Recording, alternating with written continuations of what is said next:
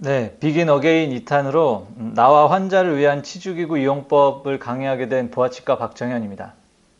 네, 치주기구는 뭐 여러 가지 기구가 있겠지만 뭐 원장님들마다 사용하는 기구가 약간씩 다를 수도 있고요. 가장 대표적으로는 프로브가 있을 수 있고, 그리고 손으로 쓰는 뭐 핸드 스케일러, 가장 많이 쓰게 되는 울트라소닉 스케일러, 또는 큐렛이라던가 치주 수술을 할 때 쓰게 되는 기타 수술 기구들이 많이 있을 텐데, 오늘은 이제 이게 비긴 어게인이라는 제목에도 맞게 가장 기본적인 프루브와 큐렛을 사용하는 방법에 대해서 먼저 말씀드리도록 하겠습니다.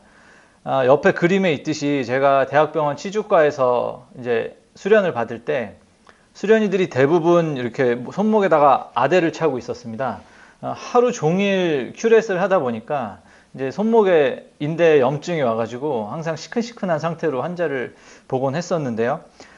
물론 기구를 잘 사용해서 치료를 잘하면 환자에게도 당연히 도움이 되겠지만 매일매일 사용하는 저희들의 그 손목이 더 중요하기 때문에 기구를 잘 사용해서 본인의 손목 건강도 잘 지켜야 될 거라고 생각합니다. 그래서 일단은 기본적으로 프루브에 대해서 사용법을 잠깐 보도록 하겠습니다. 기본적인 내용이지만 이제 프루빙을 하는 이유가 여러 가지가 있는데요.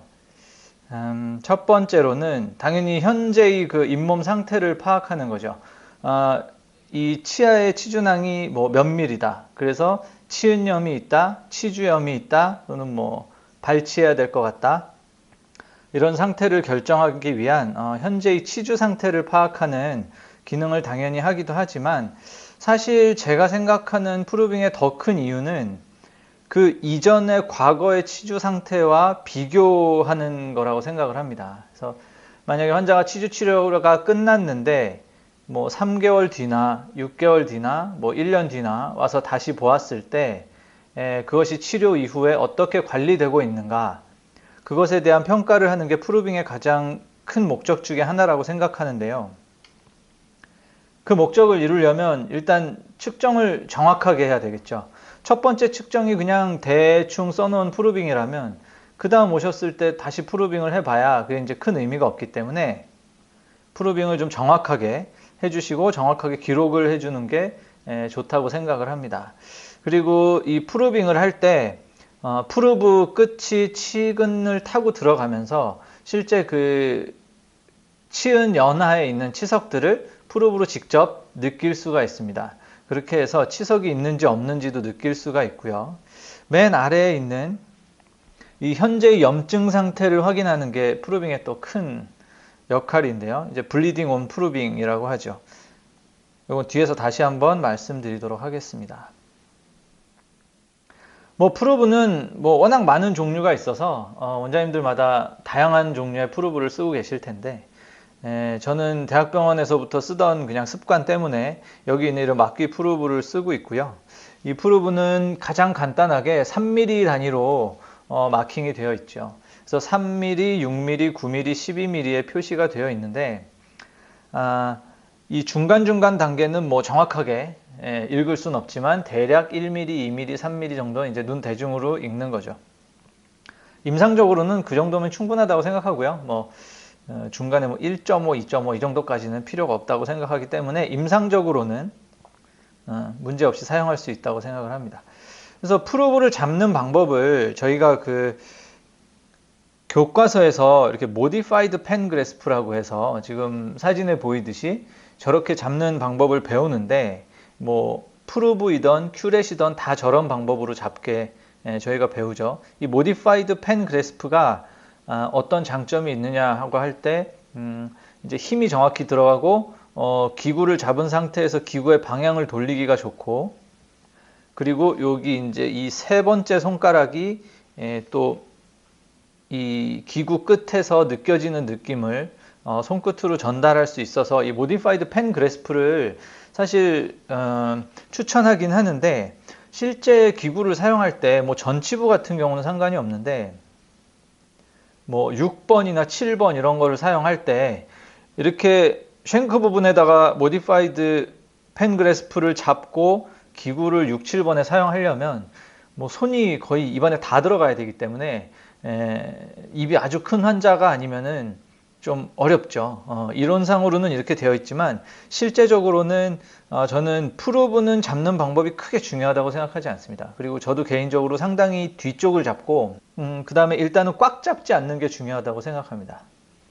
살짝 잡아서 꽉 잡고 힘을 주면 프로브가 바닥에 닿았을 때 그냥 잇몸을 뚫고 찔러버릴 수 있기 때문에 아주 살짝 잡고 어딘가 이렇게 닿았을 때 거기에 힘이 이렇게 들어가지 않게 이렇게 살짝 잡고 쓰는 게 가장 좋다고 생각을 하고요.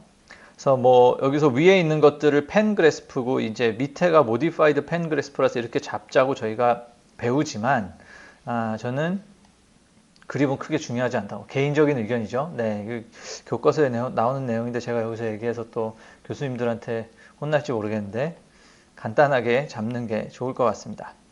그래서 프로브의 기구를 사용하는 방법을 그냥 간단하게 보면 다들 아시겠지만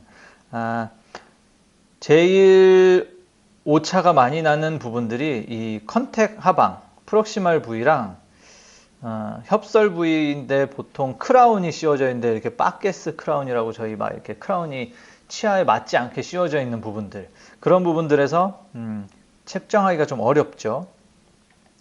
요 왼쪽 그림에서 보이듯이 똑바로 들어가야 되지만 컨택이 걸리면서 이렇게 삐뚤어 집어넣어서 실제는 포켓이 하나도 없는데 막 6mm, 7mm 정도의 포켓이 재진다거나 아니면 이 오른쪽처럼 협측이나 설측에서 프로브를 넣을 때 치근면을 타고 들어가야 되는데 이게 크라운 마진이 치아에 전혀 안 맞아서 이렇게 접근이 되지 않는다거나 이런 경우에 좀 프로브를 사용하기가 어렵죠.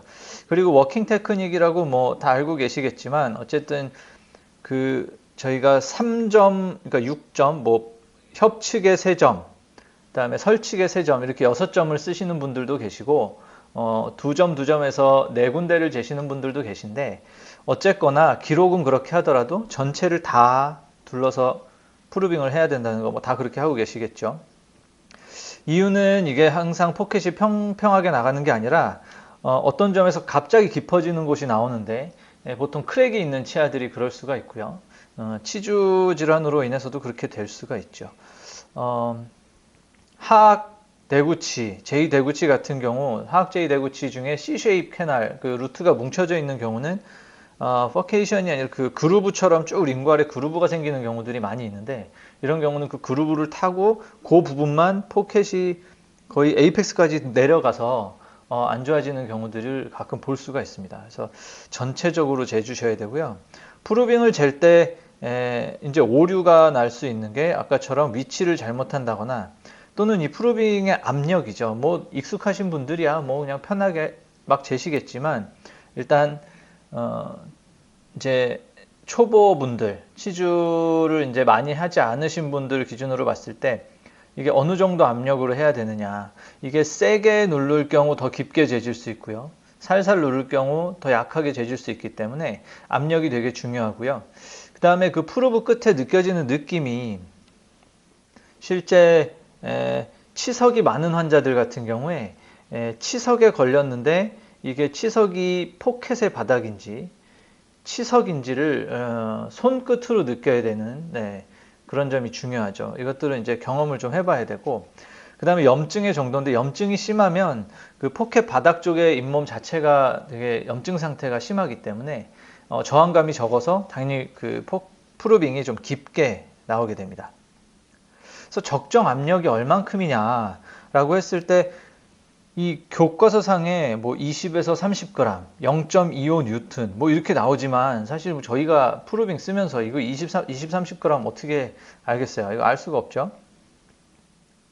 그래서 이 프레셔 센서티브 프루브라고 알고 계시겠지만 압력을 감지하는 프루브들이 있는데 물론 디지털용도 있고요. 근데 뭐 디지털용이야 논문 쓸 때나 사용하고 이렇게 아날로그식으로 압력을 감지할 수 있는 프루브들이 있는데요. 이런 프루브 비싸죠. 이런 프루브 비싸기 때문에 이런 프루브를 병원에 다 갖다 놓고 쓸 수는 없고 저희 병원에는 이런 프루브 딱 한 개 있습니다. 한 개.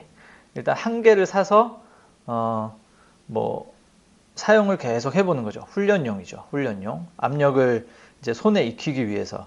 그리고 보통 저걸 가지고 이렇게 푸르브로 손톱을 이렇게 톡톡톡톡 찍으면서 이게 푸르브가 단단한 바닥에 닿았을 때의 느낌을 손끝으로 계속 익숙하게 하고요. 이 손가락의 살 부분을 살살 톡톡톡톡 쳐서 이 포켓 바닥에 닿았을 때 약간 말랑한 곳에 푸르브 끝이 닿았을 때의 느낌을 이 20에서 30g의 힘을 가지고 좀 손에 익숙하게 하시는 게 좋습니다. 저는 개인적으로 이제 진단을 할 때는 프루빙을 최소로 하고 결국 전체적인 프루빙을 하긴 하는데 그거는 치료를 하면서 마취된 상태에서만 전체 프루빙을 하는데 어쨌든 그 환자가 느끼는 고통을 느껴본다라고 했을 때 저 프루브를 가지고 요 손톱 밑에 살 있죠. 여기다가 프루브를 찔러서 그 20에서 30g 정도 힘으로 이 프루브를 가지고 계속 찔러보면 아주 기분이 안 좋은데 이제 이런 것들이 약간 그 마취가 안 된 상태에서 환자를 프루빙 할 때 그 환자가 느끼는 느낌하고 비슷하다고 합니다. 그래서 그런 식으로 해서 훈련을 좀 해보면 프루빙에 익숙해지실 수가 있고요.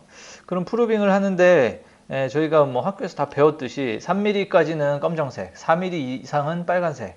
그래서 뭐 4mm 이상은 치료를 하고 3mm 이하는 뭐 치료할 필요 없다. 이런 식으로 배우는데 일단은 거기까지 하고 그러면 3mm 이하는 왜 그런가 했을 때 3mm 이하의 포켓은 스스로 정화가 된다. 그러니까 포켓 밑에를 깨끗이 해주지 않아도 양치질을 잘하면 포켓의 깊이가 3mm 이하일 때는 그 안에가 이제 염증 반응이 계속 진행되지 않는다라고 해서 치료를 할 필요가 없다라고 되어 있는 것이고요. 3mm가 넘는 곳은 위쪽에서 양치질을 계속 할 때도 아무리 위에를 이미 잘 닦아도 밑에가 3mm 이하의 이상의 포켓이 있으면 그 포켓 안에서는 염증이 계속 이제 진행이 된다라고 해서 치료를 하게 되는 것이죠. 약에 의해서 잇몸이 자라올라서 슈더 포켓이라고 하죠. 그렇게 생긴 경우에도 마찬가지 치료를 해줘야 되고요.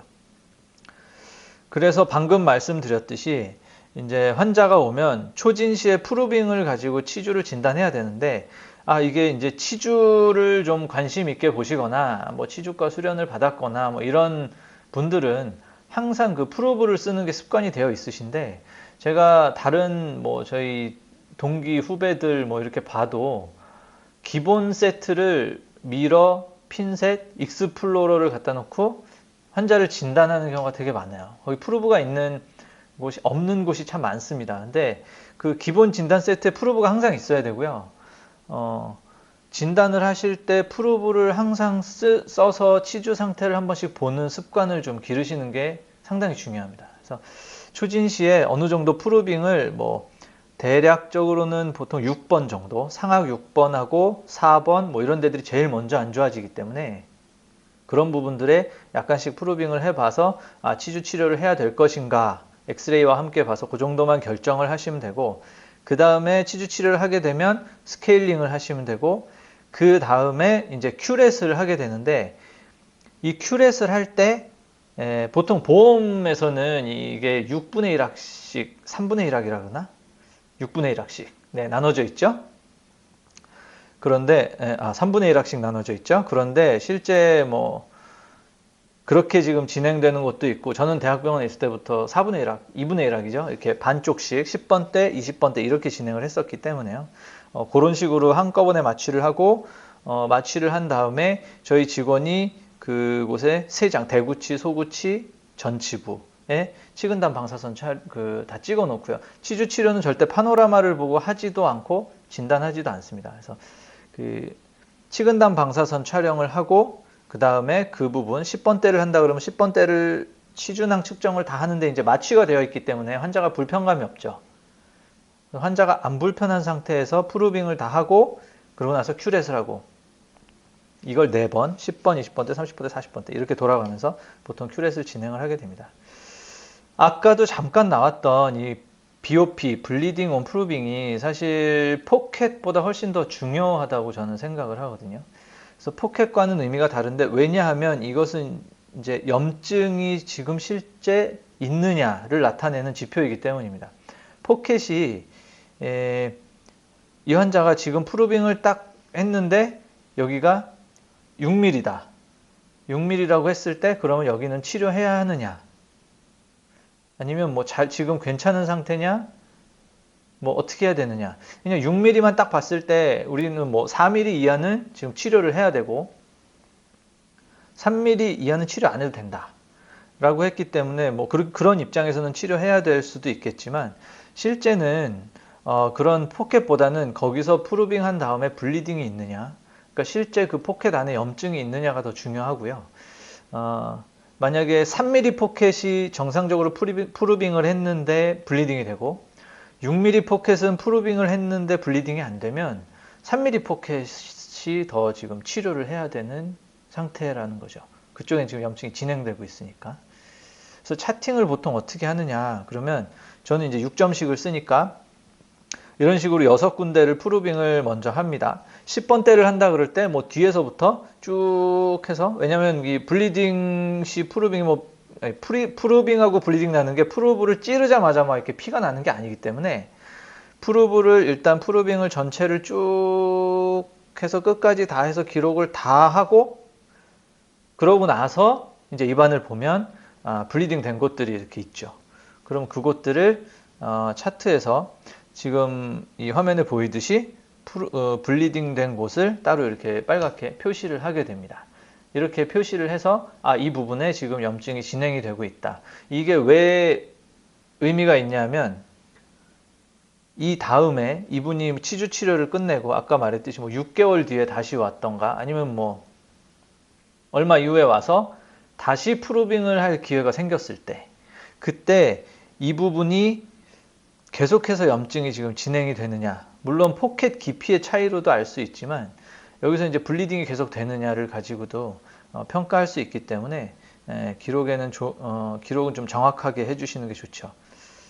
근데 뭐 이것도 프루빙 기구를 잘 써야 되는 게 그냥 좀 환자가 기분 나쁘다고 그냥 힘으로 막 찌르면 다 피나겠죠? 네, 그냥 여기저기 막 피날 텐데 그렇게 하면 안 되고 아까처럼 20g, 30g 정확한 힘으로 찔렀을 때 블리딩이 나는 거 그거를 확인해야 되고요.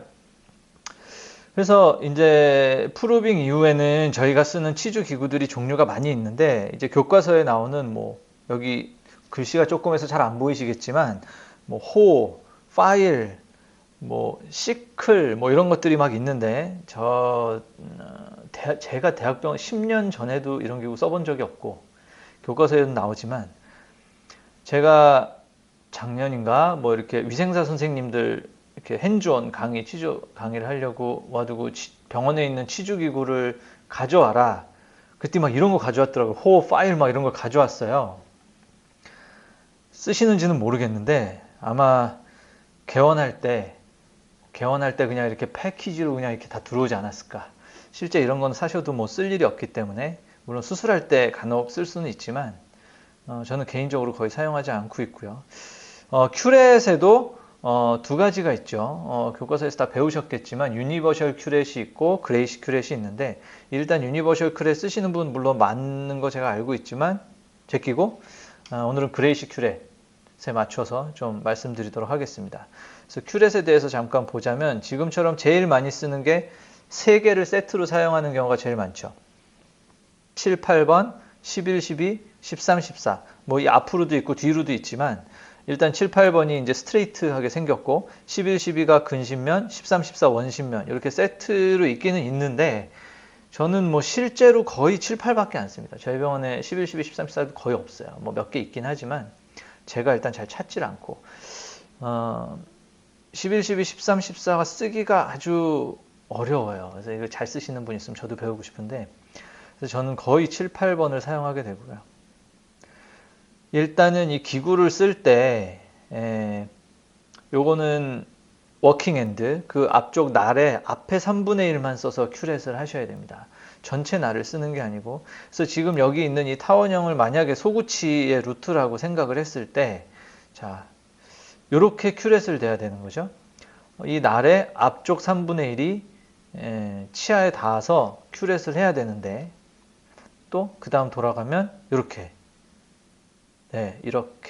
이렇게 돌아가면서 치면을 쭉 큐렛을 해야 됩니다. 이렇게 큐렛을 해야 되는데 이렇게 큐렛을 하는 게 쉽지 않습니다. 이게 그림에서는 간단할 것 같지만 해보시면 알겠지만 이렇게 됩니다. 이렇게 이게 지금 겹쳐서 정확히는 안 보이시는 것 같은데 이게 여기는 이렇게 되어 있지만 실제 잇몸 속에 들어가 있고 포켓이 깊으면 더욱더 그 잇몸 안으로 큐렛이 들어가야 되는데 그럼 잇몸에 저항이 있기 때문에 그냥 이렇게 푹 집어넣으면 큐렛의 정 가운데가 치아에 닿게 되어 있습니다. 왜냐하면 앞뒤 잇몸이 이렇게 저항이 있으니까. 그런 상태로 큐렛을 한다고 막 긁으면 이 나래 앞쪽이 일단 잇몸을 잘 찢습니다. 뭐 큐렛은 열심히 하면 큐렛은 되겠지만 잇몸을 다 찢게 되죠. 환자는 마취되어 있기 때문에 뭐 별로 아프신 게 없는데 가끔 제가 이제 뭐 대학병원 같은 데서 학생들이 뭐 원내생 분들이 큐렛을 처음에 하실 때 많이 하고 막 열심히 의욕적으로 이렇게 하시고 나서 딱 가보면 수술을 했나? 라는 생각이 드는 때가 있을 정도로 네, 이게 플랩이 다 열려 있는 거죠. 너무 열심히 해가지고 큐렛이 잇몸을 다 찢은 거예요. 그래서 이렇게 날을 대려면 생각보다 큐렛이 포켓에 들어간 다음에 이 뒤쪽으로 꽤 힘줘서 당겨야 됩니다. 당겨야 그 앞에 3분의 1이 큐렛에 그 치아에 닿거든요.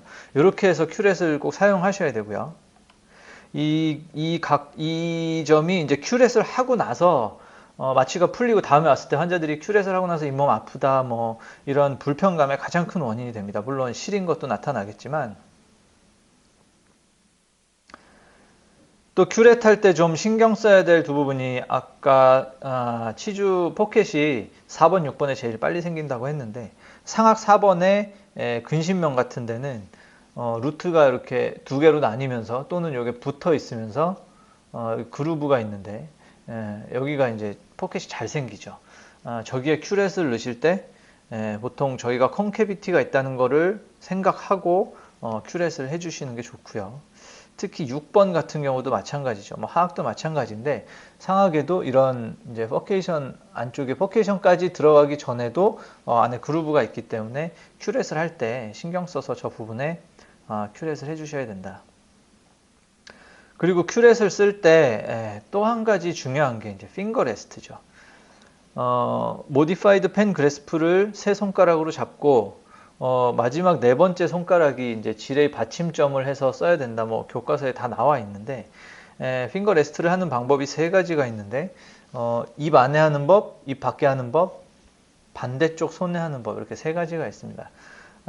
이것도 이제 치과 위생사 선생님들도 이거를 실습 시험을 보더라고요. 치과 의사는 뭐 실습 시험이 없으니까 뭐 그런 게 없는데 작년에 제가 위생과 교수님한테 한번 여쭤봤더니 이거 시험 어떻게 보냐. 뭐 이렇게 각도, 레스트를 대고 큐렛을 치아에 대는 각도를 보는데 그럼 7번을 할 때는 어떻게 하냐. 그랬더니 7번을 할 때 7번에 뭐 디스토 버컬 커스프에 레스트를 주고 큐렛을 댄대요. 팔라타레 할 때도 그렇게 하면 환자 입 거의 다 찢어야 되거든요. 실제적으로 7번 뒤에다가 레스트를 주는 건 거의 불가능하죠. 그래서 약간 임상과 좀 동떨어진 그런 식으로 교육이 된다는 느낌을 좀 받았었습니다. 실제로 인트라오랄, 그러니까 인트라오랄이라는 건 결국 치아에 둔다는 얘기죠. 치아에 레스트를 둘 수 있는 경우는 거의 전치부, 여기 옆에 그림에 있듯이 전치부를 할 때 가능하고 익스트라오랄은 이제 요게 인트라오랄이고요. 익스트라오랄이라는 거는 이제 구칩으로 넘어가면 안에 있는 치아에다가 두기 위해서는 입술 너무 많이 당겨야 되기 때문에 보통 아래 위에를 하게 될 경우 이렇게 아래 턱에다가 이 세 번째, 네 번째, 다섯 번째 손가락에 이 바깥쪽을 다 대고 이제 큐렛을 하게 되는 거죠. 요게 이제 익스트라오랄이고요. 그리고 제가 주로 사용하는 방법이 이건데 사실 저는 치과 치료를 하는 데 있어서 환자가 불편감을 느끼는 아주 큰 이유 중에 하나가 미러라고 생각해요. 미러. 저희가 아주 흔하게 사용하는 그 미러. 미러를 가지고 볼을 막 당기는데 그것 때문에 결국 오래 치료받고 나면은 환자분들이 입에 막 헐어서 오고 그러시죠. 그래서 저는 이 큐렛 할 때는 미러 잘 안 쓰고요. 지금처럼 이 왼손을 가지고 미러의 역할을 하게 당기고, 그 다음에 오른손을 이 왼손의 엄지손가락 쪽에다가 레스트를 주고 두 손으로 다 힘을 주면서 큐렛을 하게 됩니다. 이거 뭐 눈으로 보여드려야 제일 좋은데, 어쨌든 이런 식으로 레스트를 잘 줘서 사용을 하시는 게 환자한테도 안전하고 힘이 잘 들어가기 때문에 본인의 손목에도 무리가 가지 않고 그렇게 좀 힘을 덜 들이고 큐렛을 하실 수 있고요. 각도로 봤을 때도 마찬가지죠. 이제 치주 기구 사용이라기보다는 이건 뭐 그냥 체어에서 기본적으로 하는 거지만, 치과 의사들 고질병이 이제 뭐 목 디스크, 허리 디스크 있지 않습니까? 아무래도 이번에 들여다보려고 하도 꺾으니까. 그래서 환자를 상악을 볼 때는 환자가 입을 벌렸을 때 이렇게 상악 교환면이 거의 수직으로 쓰는 정도 각도가 서로 절충하는 거죠. 조금 꺾긴 해야 되지만 저희가 이 정도 각도가 좋은 것 같고요. 저희 직원들 가끔 볼 때 환자 거의 거꾸로 눕혀가지고 이렇게 환자가 뒤로 떨어질 것 같이 하고 보긴 하는데, 환자 사실 거꾸로 매달아 놓고 보면은 상악 보기는 제일 편할 것 같긴 한데, 그렇게 할 수는 없으니까 이 정도 각도가 가장 좋을 것 같습니다. 이렇게 해서 보고, 하악을 할 때는 조금 일으켜서, 하악을 할 때도 너무 눕혀가지고 하는 경우가 있는데, 하악은 차라리 눕히면 보기가 훨씬 어렵죠. 몸이 많이 꺾여야 되고, 하악은 이 정도 각도에서 하시는 게 좋을 것 같습니다. 또 이제 가장 중요한 게 샤프닝이죠. 샤프닝. 치주 기구는 일단 날이 서 있어야 되는데, 특히 큐렛, 샤프닝 되어 있지 않으면 이게 힘을 많이 줘야 되기 때문에 더 이 손목에 무리가 갈 수가 있습니다. 그래서 샤프닝에 대해서 제가 뭐 최근은 아니고 대학병원 뭐 몇 년 전에 대학병원에서 들은 적이 있었는데, 아무래도 학생들도 이제 치과대학은 3학년, 4학년이 교수님들 지도하에 환자를 볼 수 있게 되어 있죠. 그래서 이제 환자 진료를 하고 큐렛을 많이 하게 되는데, 이게 샤프닝을 제대로 하지 못하면 큐렛이 금방 망가져 버립니다. 큐렛이 망가지면 큐렛을 또 사야 되죠. 그러니까 샤프닝을 못하게 하는 거예요, 학생들한테. 샤프닝을 하면 기구가 망가지고 기구를 계속 사야 되니까. 근데 그거는 사실 교육의 입장에서는 좀 맞진 않는 것 같고, 항상 샤프닝 된 그 날카로운 큐렛에서 느껴지는 그 느낌을 손에 익숙하게 하고 있어야 됩니다.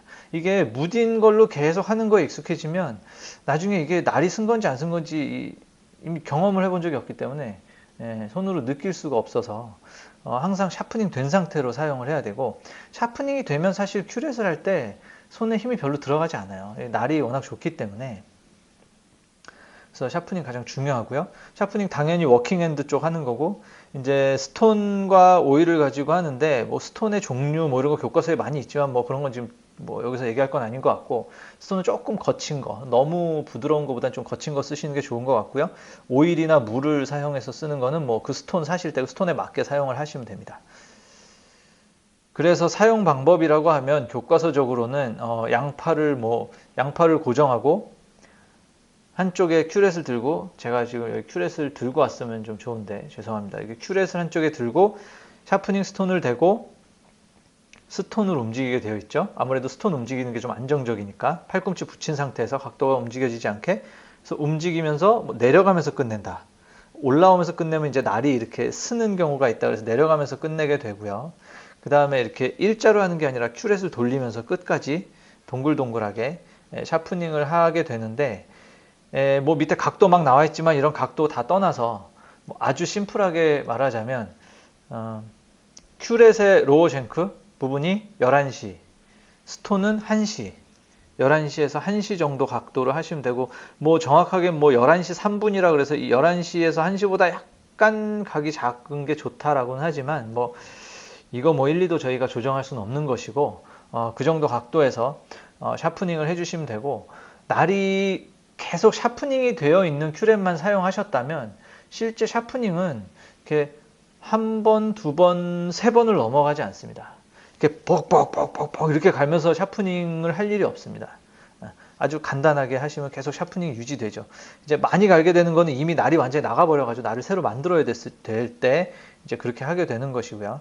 근데 실제 환자를 보다가 뭐 한 손에 큐렛을 두고 왼쪽에 미러를 들고서 환자를 보다가 아, 이게 날이 잘 안 서 있으니 샤프닝을 해야 되겠다 싶어서 이걸 또 내려놓고 들고 스톤으로 샤프닝을 하고 또 환자한테 대고 큐렛을 하고 이게 상당히 번거롭기도 해요. 처음에 시작할 때는 할 수 있지만 그래서 실제 체어에서 할 때는 이 샤프닝 스톤을 그냥 브라켓에 올려놓고 이 위를 오일이나 물로 이제 적셔 놓고요. 실제 사용을 하다가 익숙하신 분들은 이제 하다가 작업날 샤프닝 해야 될 때 작업날을 그냥 스톤에다 대고 11시에서 1시 정도 각도를 맞춰서 그냥 그대로 한 두세 번을 긁는 거죠.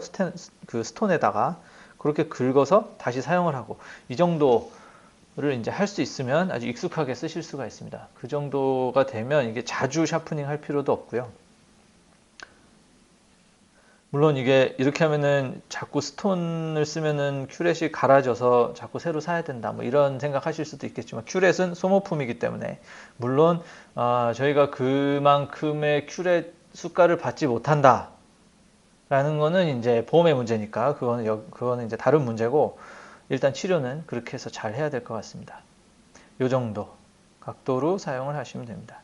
그래서 날이 서 있느냐 지금 실제 날이 서 있느냐를 평가하는 방법 눈으로 지금처럼 이렇게 보시면 되는데 위에 있는 거 두 개 보시면 이렇게 하얗게 여기 이제 찍어도 잘 나올지는 모르겠는데 하얗게 선이 보이는 건 날이 없어져서 거기가 이제 맨질맨질하게 면이 있으니까 반사돼서 하얗게 보이게 됩니다. 이런 부분들이 보이면 이제 날이 없는 거죠. 그리고 날이 서 있는 건 요렇게 아래 거 같이 위에 거랑 비교했을 때 두 면 사이에 어떤 하얀 줄이 잘 안 보이고 날카롭게 서 있는 거. 이걸 눈으로도 볼 수 있는데 실제 눈으로 보기가 어렵다. 계속 눈으로 이제 보기가 이게 지금 확대해놔서 그렇죠. 실제 조그마니까 보기 어려울 수도 있죠. 어렵다고 느껴지면 한 가지 또 방법은 손톱에다가 이렇게 긁어볼 수가 있습니다. 그래서 이거는 긁을 때 힘 주지 않죠. 그냥 살짝 대고 그냥 이렇게 당기면 세게 이게 날이 서 있을 때 힘 주면 그냥 박혀버리고 살짝 긁으면 이렇게 싹싹 이렇게 갈리죠. 그렇지만 이건 뭐 환자 보다가 위생상 좀 문제가 있죠. 손에다 긁는 거, 손톱에다 긁는 것도 그렇고 뭐 여자 원장님 같은 경우에 손톱 아끼실 텐데 손톱 긁는 것도 좀 그렇고 글러브를 끼고 있기 때문에 또 긁기 어렵고 이런 게 있어서 긁기 좋은 건 이리게이션 시린지 플라스틱 이리게이션 시린지에다 대고 살짝 긁어보면 날이 있는지 또 알 수 있습니다. 네, 요게 이제 여기까지 제가 간단하게 기본적인 두 가지 큐렛과 프루브의 사용법을 말씀드렸고요. 나와 환자를 위해서라고 제가 제목을 붙인 이유는 이 처음에 말씀드렸듯이 기구를 정확하게 해서 잘 샤프닝 하시고 정확한 각도를 대고 쓰셔야 손목에 무리가 가지 않고요. 그러니까 내 그 건강도 지킬 수가 있을 것이고 그리고 적절하게 날이 샤프닝 되어 있고 기구를 정확한 각도로 쓰셔야 정확히 치료가 되니까 환자한테도 좋은 거고요. 그래서 두 가지 기구, 기본적인 기구들을 이렇게 사용을 하시면 될 것 같습니다. 여기까지 비긴 어게인 2탄 나와 환자를 위한 치주기구 이용법 강의를 마치도록 하겠습니다. 감사합니다.